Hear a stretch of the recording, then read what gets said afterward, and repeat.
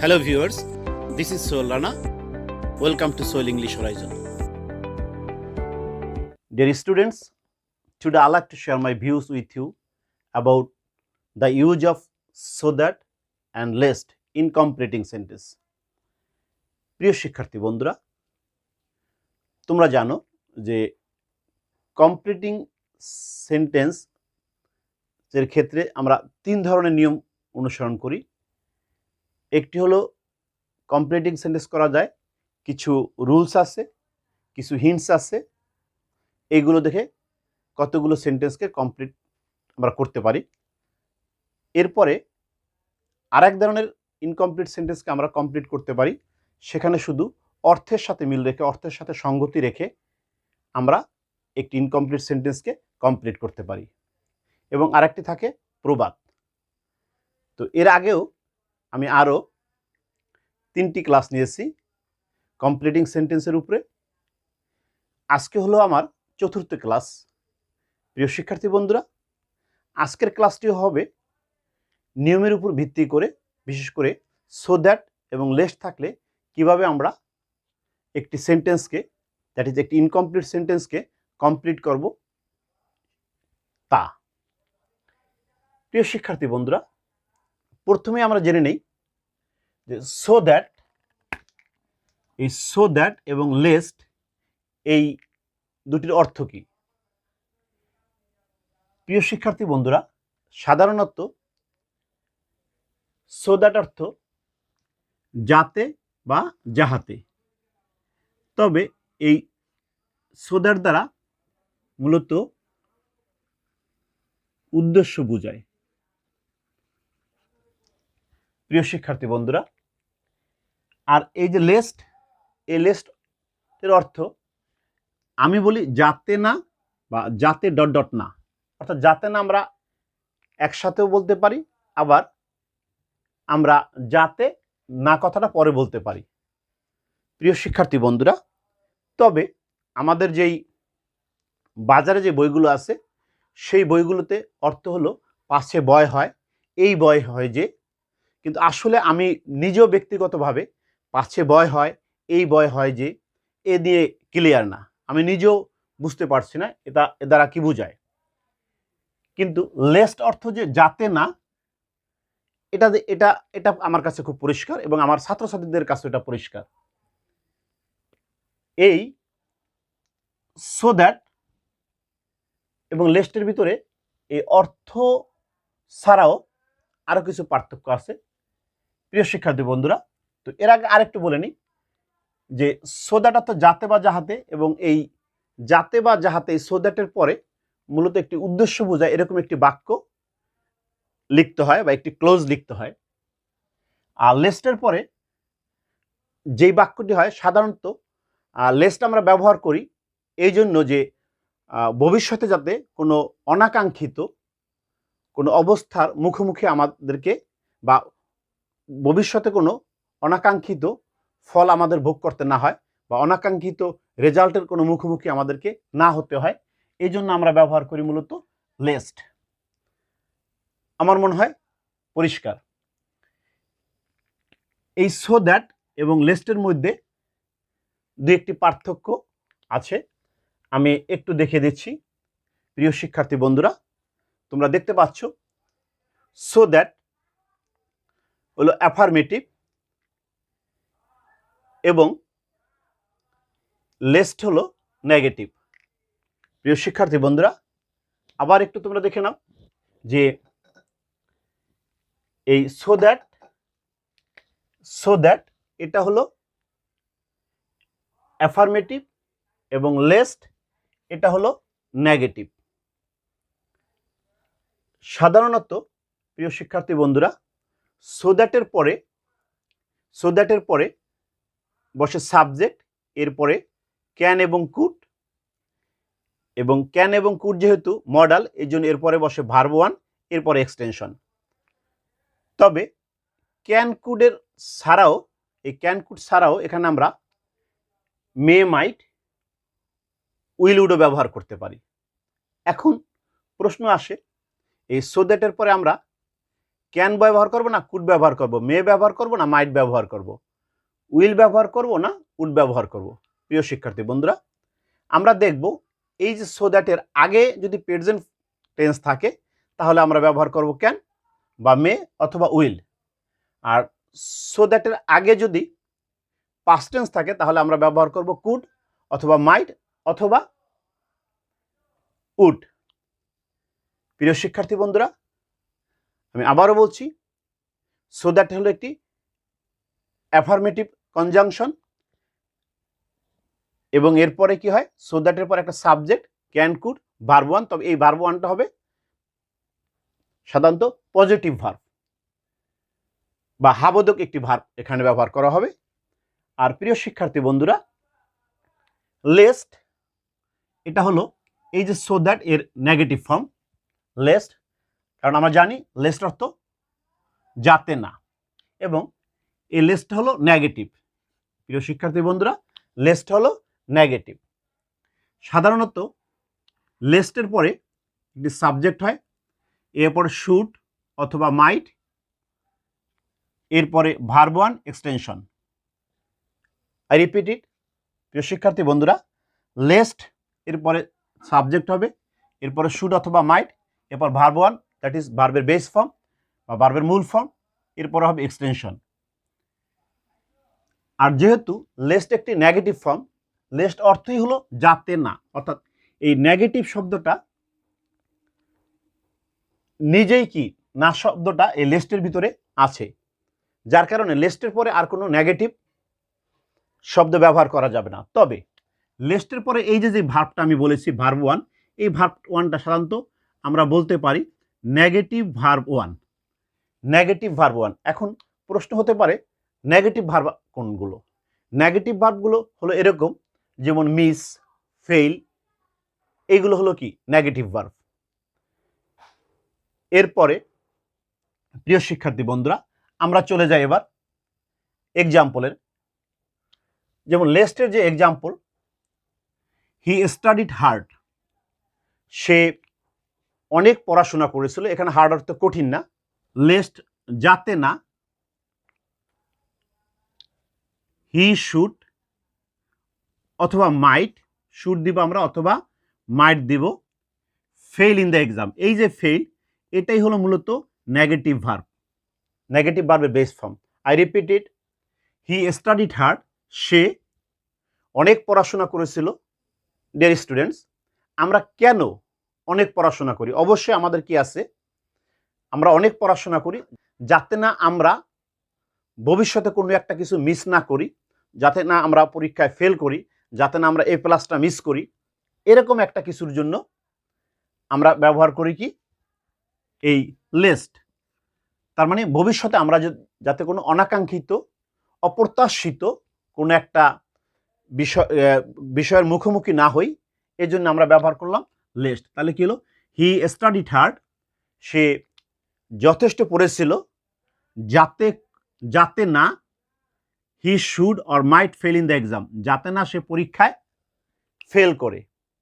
I repeat it, he studied hard lest he should অথবা might fail in the exam. আমরা এও বলতে পারি he studied hard lest he should অথবা might miss এ plus. প্রিয় শিক্ষার্থী বন্ধুরা, আশা করি এই প্রথম যে এক্সাম্পল, এই এক্সাম্পলটি তোমরা বুঝেছ। এরপরে হি রানস ফাস্ট, সে দ্রুত দৌড়ায়। প্রিয় শিক্ষার্থী বন্ধুরা, সে কেন দ্রুত দৌড়ায়? মনে করো আমার যে বাসটা 9:30 ছাড়বে, এরপর আর কোনো বাস নাই। এখন এই বাসটা যাতে সে কি করে, বা আমি যাতে বাসটা কি করি মিস না করি, এই জন্য আমি কি করি দ্রুত দৌড়াই বা সে দ্রুত দৌড়ায়। তাহলে কি হয়, হি রানস ফাস্ট, সে দ্রুত দৌড়ায়, লেস্ট যাতে না, হি শুড ও ব্যবহার করতে পারি আমরা, হি শুড অথবা মাইট মিস দ্য বাস। সে দ্রুত দৌড়ায় যাতে না সে বাসটা মিস করে, কারণ 9:30 পরে হয়তো যে বাসটা আসে বা বাস নাও থাকতে পারে, যদি বাসটা না পায় তাহলে সে কোনো অপ্রত্যাশিত কোনো একটা বিপদের মধ্যে বা অবস্থার মধ্যে সে পড়তে পারে, বাট অনাকাঙ্ক্ষিত অবস্থার সৃষ্টি হতে পারে। এই জন্য সে কী করে, he runs fast lest he should অথবা might miss the bus. Dear students, I think তোমরা লেস্টের এই ব্যবহারটি বুঝেছো। আমি আবারও বলছি, লেস্টের পরে সাধারণত শুড অথবা মাইট, তবে বেশিরভাগ ক্ষেত্রেই শুড ব্যবহার করা হয়। লেস্টের পরে কখনোই নট ব্যবহার করা যাবে না। প্রিয় শিক্ষার্থী বন্ধুরা, এবার দেখি একটু সো দ্যাটের এক্সাম্পলগুলো। আমরা আগেই জানি যে সো দ্যাট অর্থ যাতে বা যাহাতে, এবং এই সো দ্যাট হলো পজিটিভ অর্থ প্রকাশ করে বা অ্যাফার্মেটিভ এটা অর্থ প্রকাশ করে, দ্যাট ইজ হাবোধক একটি অর্থ প্রকাশ করে। যেমন হি স্টাডিড হার্ড, আমি একই ধরনের এক্সাম্পল রেখেছি যাতে করে তোমরা বুঝতে পারো। হি স্টাডিড হার্ড, সে যথেষ্ট পড়াশোনা করেছিল বা সে অনেক পড়াশোনা করেছিল। প্রিয় শিক্ষার্থী বন্ধুরা, আমরা কেন অনেক পড়াশোনা করি? অবশ্যই ভালো একটা কিছু করার জন্য, পাস করার জন্য, অথবা কেউ এ প্লাস পাওয়ার জন্য। তাহলে কি হলো, he studied hard so that, যাতে করে he could pass in the exam, সে যথেষ্ট পড়াশোনা করেছিল যাতে করে সে পরীক্ষায় পাস করতে পারে। প্রিয় শিক্ষার্থী বন্ধুরা, যেহেতু এই যে স্টাডিড এটা ভার্ব টু, দ্যাট ইজ ভার্বের পাস্ট ফর্ম, এই জন্য এখানে আমরা ব্যবহার করছি could. Dear student, next example, he runs fast, সে দ্রুত দৌড়ায়। কেন দ্রুত দৌড়ায়? অবশ্যই কোনো একটা কিছু একটা করার জন্য। তাহলে সেটা কি? হি রানস ফাস্ট, সে দ্রুত দৌড়ায়, সো দ্যাট, যাতে করে, হি ক্যান ক্যাচ দ্য বাস, যাতে করে সে বাসটা ধরতে পারে। প্রিয় শিক্ষার্থী বন্ধুরা, এই যে এখানে রানস, এই রানসটা হলো ভার্ব ওয়ান, এই জন্য এখানে আমরা ব্যবহার করছি ক্যান। তাহলে কি হলো, he runs fast so that he can catch the bus, সে দ্রুত দৌড়ায় যাতে করে সে বাসটা ধরতে পারে। আর এখানে হি runs fast lest he should অথবা মাইট মিস দ্য বাস, যাতে করে সে বাসটা মিস না করে। প্রিয় শিক্ষার্থী বন্ধুরা, এখানে আমি একটা জিনিস বলতে চাচ্ছি। আমরা যখন আমরা 6, 7, 8, 9, 10 যখন আমরা অঙ্ক করেছি, সেখানে আমরা পেয়েছি যে plus plus equal to plus, minus minus equal to plus. অর্থাৎ মাইনাস বলতে আমি এখানে বলছি নেগেটিভ, তার মানে দুইটা নেগেটিভ। তো এখানে লেস্ট একটি নেগেটিভ এবং মিস এটাও কি নেগেটিভ। তাহলে কি হলো, he runs fast lest he should miss the বাস। প্রিয় শিক্ষার্থী বন্ধুরা, এখানে লেস্ট একটা নেগেটিভ, আবার মিস এটাও একটা নেগেটিভ। তার মানে দুইটা নেগেটিভ মিলে অর্থটা হয়ে যায় কি, দুইটা নেগেটিভ মিলে অর্থ হয় পজিটিভ। তার মানে সে দ্রুত দৌড়ায় যাতে করে সে বাসটা মিস না করে। তার মানে কি, অর্থটা কিন্তু সেই সো দ্যাটের ক্ষেত্রেই এসে গেল, যাতে করে সে বাসটা ধরতে পারে। আমরা একটু ঘুরিয়ে বললাম কি, হি runs fast lest he should miss the বাস। প্রিয় শিক্ষার্থী বন্ধুরা, আমি আরো দুই একটি এক্সাম্পল দিচ্ছি। যেমন we stay at home lest, আমরা বাসায় অবস্থান করি বা বাসায় থাকি, লেস্ট আছে যাতে না we should suffer from COVID-19। আবার we stay at home so that we can save us from COVID-19।